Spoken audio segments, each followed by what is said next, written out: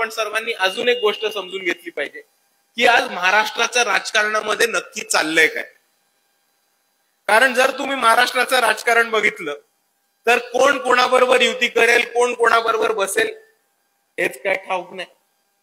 एक 4 दिवसापूर्वी एक व्हिडिओ आलेला आपण सर्वांनी बघितलेला, जल्लोषाचा व्हिडिओ होता. बाळराजे पाटील त्याच्यामध्ये अजितदादांना चॅलेंज करताना आपण सर्वांनी बघितलाय तो व्हिडिओ, सगळ्यांनी लय व्हायरल झाला 4 दिवसात. आता तुम्ही याच्या मागची गंमत बघून घ्या की बाळराजे पाटील कुठल्या पक्षाचे आहेत? भाजपचे. त्यांच्या बरोबर युतीमध्ये कोण आहे? अजितदादा. आता इथे भाजप अजितदादांची सीट संपून बघायचा प्रयत्न करते. दुसऱ्या बाजूला आपण बघतोय की एकनाथ शिंदेचे नेते नाराज आहेत कारण भाजप त्यांचा पक्ष फोडतो. दुसऱ्या बाजूला आपण बघतो की काँग्रेसनी भाजपशी युती केली. आटपाडीमध्ये बघा तर भाजप शिंदे गटाने राष्ट्रवादीशी युती केली.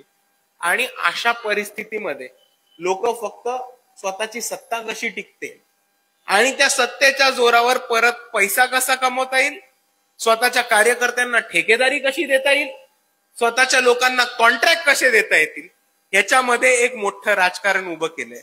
आणि जर आपल्याला ह्या राजकारणापासून दूर जायचं असेल तर आपल्या सर्वांना एकच उपाय, तो म्हणजे लोकांची कामं करणारे, विकासाची कामं करणारे आणि लोकांसाठी योजना आणणाऱ्या लोकांना आपण मतदान केलं पाहिजे. कारण लोकशाही टिकवणं हे आपल्या सर्वांची जबाबदारी आहे. लोकशाही टिकवणं हे मतदानातनं होऊ शकतं.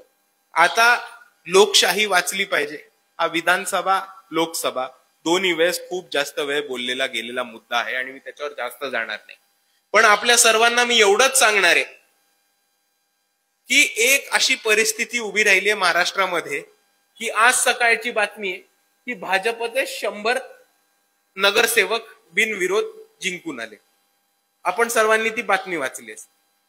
आता मला सांगा की निवडणूक आहे 2 तारखेला, निकाल येणार आहे 3 तारखेला, तर मग 22 तारखेलाच निकाल कसा लागला?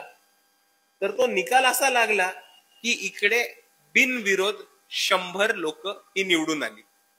बाकीच्यांच्या त्यांचे जे विरोधी होते त्यांना दबाव टाकून त्यांचा फॉर्म मागे घेतला गेला. काही लोकांचा स्क्रुटिनीमध्ये फॉर्म बाद झाला. काही लोकांकडे कागदपत्र नव्हती, डॉक्युमेंटेशन नव्हते, म्हणून त्यांचा फॉर्म बाद करण्यात आला. पण जर तुम्ही परिस्थिती समजून घेतली तर तुम्हाला कळेल की आज आपण 22 तारखेला इथेच बसलोय. 2 तारखेला निवडणूक आहे, 3 तारखेला निकाल आहे. पण जर निवडणुकीच्या आणि निकालाच्या 1 आठवड्या आधीच जर 100 लोक नगरसेवक म्हणून घोषित होत असतील तर हा लोकशाहीला धोका आहे, हा लोकशाहीला खतरा आहे. आणि म्हणून मी आपल्या सर्वांना एवढीच विनंती करतो की स्थानिक स्वराज्य संस्थेमध्ये सुद्धा आपण आपली लोकशाही टिकवून ठेवू शकतो.